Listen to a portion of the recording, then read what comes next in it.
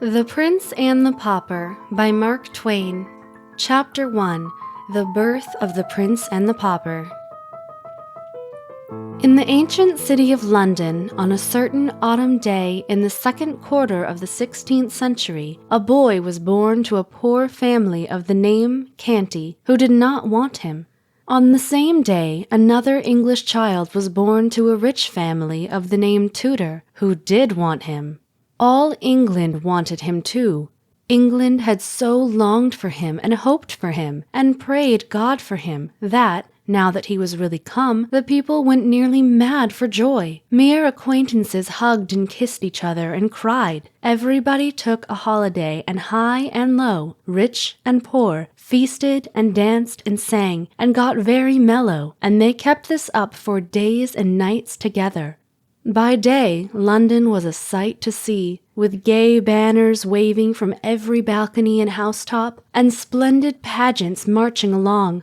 By night, it was again a sight to see, with its great bonfires at every corner, and its troops of revellers making merry around them.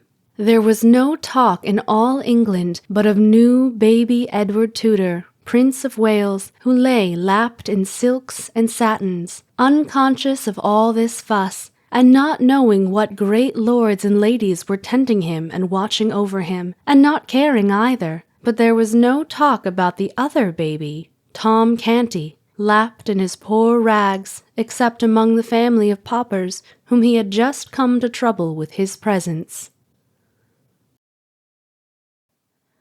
The Prince and the Pauper by Mark Twain. Chapter 2. Tom's Early Life. Let us skip a number of years. London was 1,500 years old and was a great town for that day. It had 100,000 inhabitants, some think double as many. The streets were very narrow and crooked and dirty, especially in the part where Tom Canty lived, which was not far from London Bridge. The houses were of wood, with the second story projecting over the first, and the third sticking its elbows out beyond the second. The higher the houses grew, the broader they grew. They were skeletons of strong, criss-cross beams with solid material between, coated with plaster.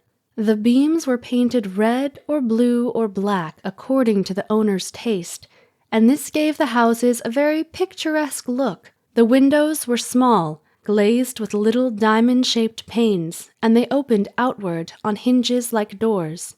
The house which Tom's father lived in was up a foul little pocket called Awful Court, out of Pudding Lane. It was small, decayed, and rickety, but it was packed full of wretchedly poor families. Canty's tribe occupied a room on the third floor. The mother and father had a sort of bedstead in the corner, but Tom, his grandmother, and his two sisters, Bet and Nan, were not restricted.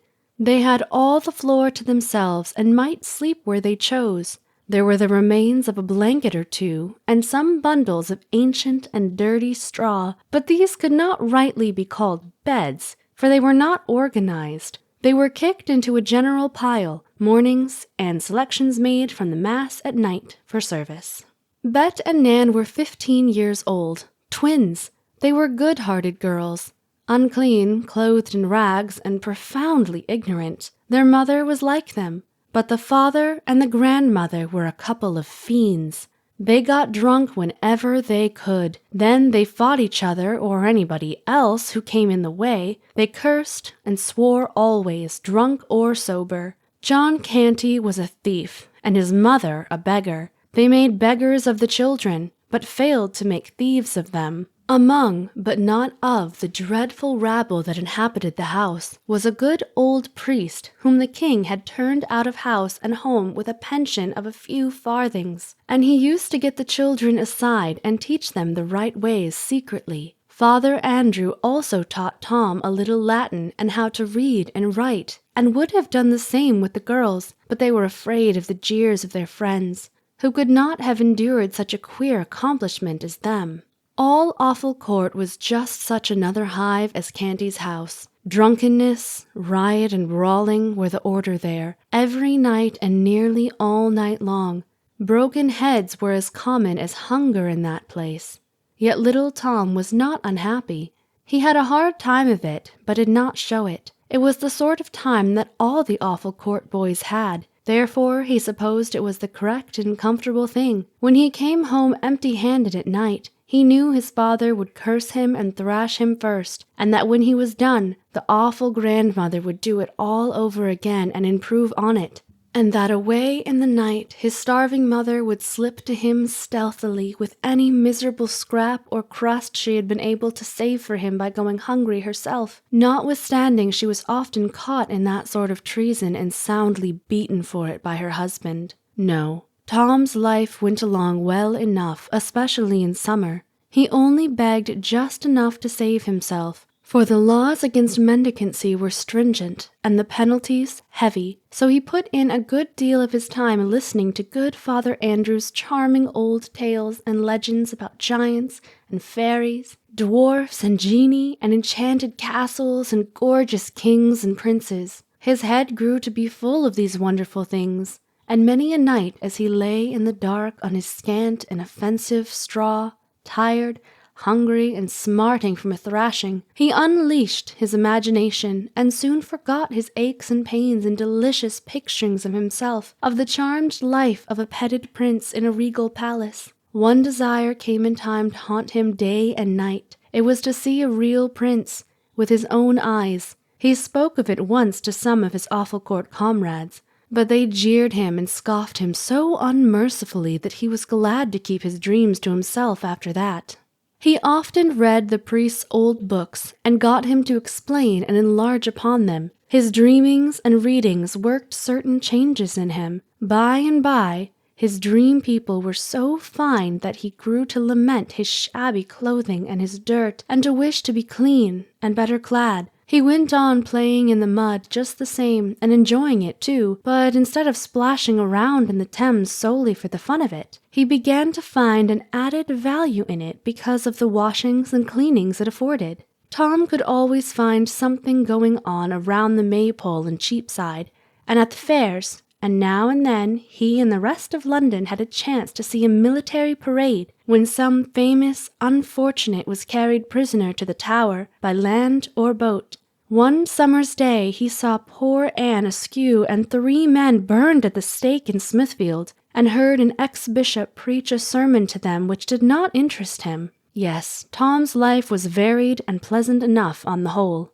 By and by, Tom's reading and dreaming about princely life wrought such a strong effect upon him that he began to act the prince unconsciously. His speech and manners became curiously ceremonious and courtly, to the vast admiration and amusement of his inmates. But Tom's influence among these young people began to grow now day by day, and in time he came to be looked up to by them with a sort of wondering awe as a superior being. He seemed to know so much, and he could do and say such marvelous things, and withal he was so deep and wise. Tom's remarks and Tom's performances were reported by the boys to their elders, and these also presently began to discuss Tom Canty, and to regard him as a most gifted and extraordinary creature. Full-grown people brought their perplexities to Tom for solution, and were often astonished at the wit and wisdom of his decisions. In fact, he was become a hero to all who knew him, except his own family.